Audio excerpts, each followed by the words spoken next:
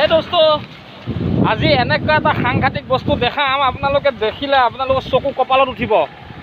প্ৰথম চাই লওক, শুনক। প্ৰথম চাই লওক, আপোনালোকক এজোপা খাজুৰি দেখাইছোঁ। এই খাজুৰি গছজোপা চাওক, গুৰিটো দেখিছে? গুৰিটো, এইটো গুৰিটোৰ পৰা আপোনালোকক ওপৰতো দেখাইছোঁ। দেখিলে? এইজোপা খাজুৰি গছ। কিন্তু আন এজোপা খাজুৰি গছ দেখাম, যিজোপা খাজুৰি গছৰ গুৰি নাই।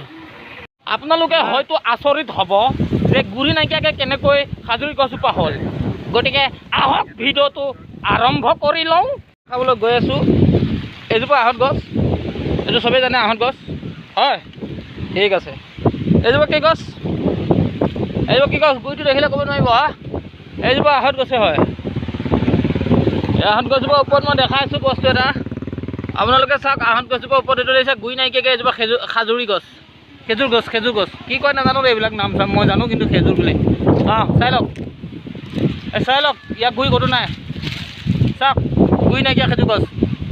এনেকুৱা এটা সাংঘাতিক বস্তু চাব পাৰে। চেনেলডাল যদি লাইক কৰি দিয়ে, লাইক কৰি দিব, বুজা না? তেতিয়াহে আমি আকৌ বেলেগ ভিডিঅ' দিবলৈ আমাৰ মনোবল বাঢ়িব।